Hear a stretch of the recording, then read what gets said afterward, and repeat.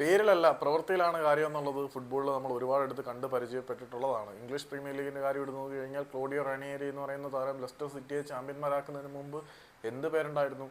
കാൻഡയ്ക്ക് പേരിലും കാര്യത്തിലും ഒന്നുമില്ലായിരുന്നു. കാൻഡ പോലെയുള്ള താരങ്ങൾക്കും വാർഡിക്കും ഒക്കെ പേരല്ല, പ്രവൃത്തിയിലൂടെ ആയിരുന്നു അവർ ഈ കാണുന്നതെല്ലാം നേടിയെടുത്തത്. അത് നമ്മൾ ഓർമ്മിപ്പിക്കുകയാണ് ബ്ലാസ്റ്റേഴ്സിന്റെ പഴയ താരമായിരുന്ന ബംഗളൂരു എഫ് സിയുടെ താരമായിരുന്ന റിനോ ആൻഡോ കേരള ബ്ലാസ്റ്റേഴ്സിന് വേണ്ടി അത്യാവശ്യം നല്ല ചില ക്രോസുകൾ നൽകിയിട്ടുണ്ട് എന്നുള്ളതാണ് പ്രധാനമായിട്ടും എടുത്തു പറയേണ്ടത്.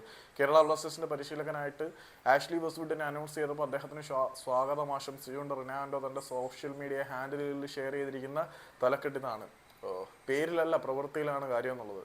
ആഷ്ലി വെസ്റ്റ്വുഡ് എന്ന പരിശീലകനിൽ നിന്നും നമ്മൾ അത് തന്നെയാണ് പ്രവർത്തിക്കുന്നത്. പുള്ളിയുടെ ആദ്യ പ്രതികരണത്തിനും പുള്ളി വലിയ അവകാശവാദങ്ങൾക്കൊന്നും നിന്നില്ല.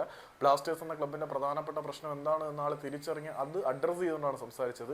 ഇവിടെ ക്ലബിന് അല്ലെങ്കിൽ താരങ്ങൾക്കിടയിൽ ഒരു ലക്ഷ്യബോധം ഉണ്ടാക്കിയെടുക്കുക, ആദ്യം ഇവിടെ ഒരു ലക്ഷ്യം സെറ്റ് ചെയ്യുക എന്നുള്ളതാണ് എൻ്റെ ലക്ഷ്യം, ഒരു ലക്ഷ്യം ഉണ്ടാക്കുക എന്നുള്ളതാണ് ലക്ഷ്യം എന്ന് പറയുമ്പോൾ തന്നെ പുള്ളിക്ക് റിയാലിറ്റിയുമായിട്ട് ബോധമുണ്ട് എന്നാണ് മനസ്സിലാക്കേണ്ടത്. കാര്യങ്ങളെ കൂടുതൽ കോംപ്ലിക്കേറ്റഡ് ആക്കാതെ ഈ പറയുന്നതിനെക്കാട്ടിലും വലിയ പേര് എന്നതിനെക്കാട്ടിലൊക്കെ ഉപരിയായിട്ട് പ്രവൃത്തിയിലൂടെ കാര്യങ്ങൾ ഉണ്ടാക്കുന്ന ഒരു പരിശീലകനാണ് പുള്ളി എന്നാണ് റിനോ ആൻഡോ പറയുന്നത്.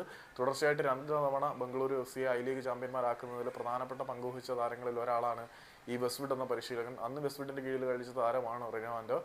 ചെഞ്ചോ ഗൾസിനും ഗ്രേറ്റ് കോച്ച് എന്നുമാണ് ഈ ആളിനെ വിശേഷിപ്പിച്ചത്.